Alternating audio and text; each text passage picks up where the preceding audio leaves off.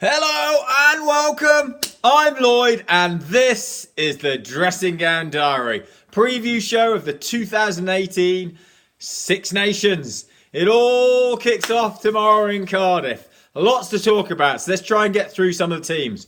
First off, this Six Nations so far has been cast as the one about injuries. So many Lions players out. You look at the Welsh team, none of their Lions players are really even in the starting lineup. There are so many players injured with Warburton, Faletau, Bigger, Reece Webb, Jonathan Davis. You've got a world-class team just there. There's aspirations and hope from a Scottish team who had an awesome autumn series. England going into it, can they find a way to be the only team ever to win 3 on the bounce? France with a new coach, are we going to see an expansive French team? Italy will be hoping to avoid a whitewash, and Ireland will have strong hopes of coming home and bringing the bacon. So let's start at the beginning. Wales-Scotland.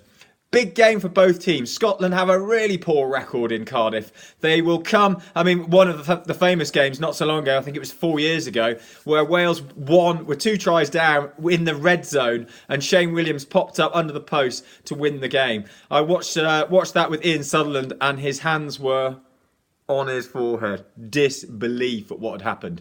But Scotland are now playing an expansive game. They're the leading light for me in Northern Hemisphere rugby of how to attack the lines of running, the aggression over the line. People like Stuart Hogg, he's an elusive runner these days. So they've got a lot of dynamite in their back line.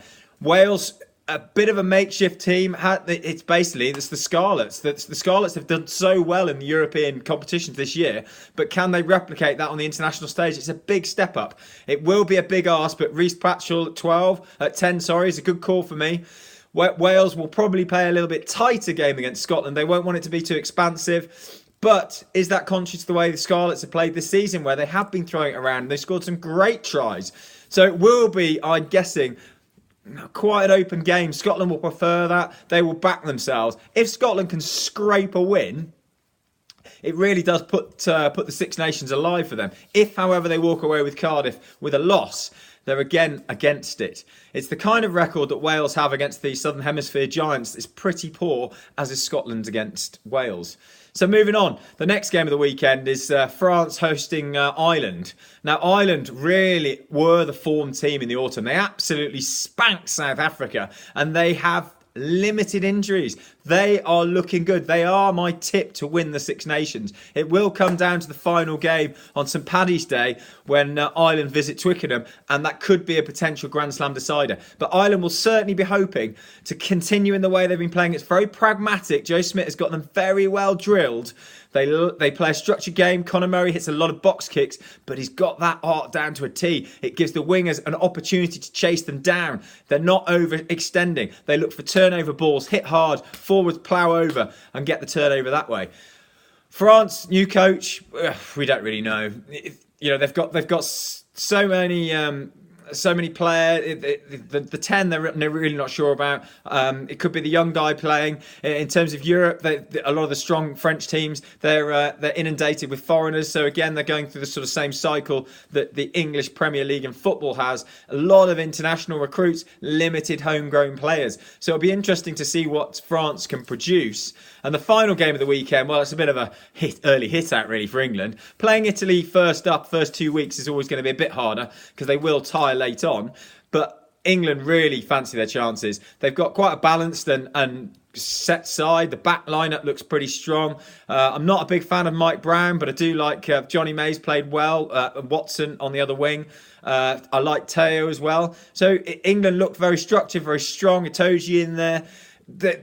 Eddie Jones has to really kick on, though. This is a Six Nations for England to lose rather than win. They've got more to lose by not pushing on and not kicking on because they are expected to win. But as I said, my prediction, though, is actually that Ireland will bring home the bacon. I was so impressed with the way they functioned during the autumn series. I really expect them to kick on. So the Freddy's Flutter for the weekend, it is available on some markets. France are about +7, but I think Ireland are actually going to cruise through. So I'd even go up to a handicap of +9 without being too concerned. So the Freddy Flutter for the weekend is back Ireland to beat France on the handicap up to 9.5. Well, look, this is a little preview show just to get you excited for the weekend. Enjoy it. I hope you get to see the six halves of rugby. This is the best time of the year. The Six Nations amongst us. Enjoy.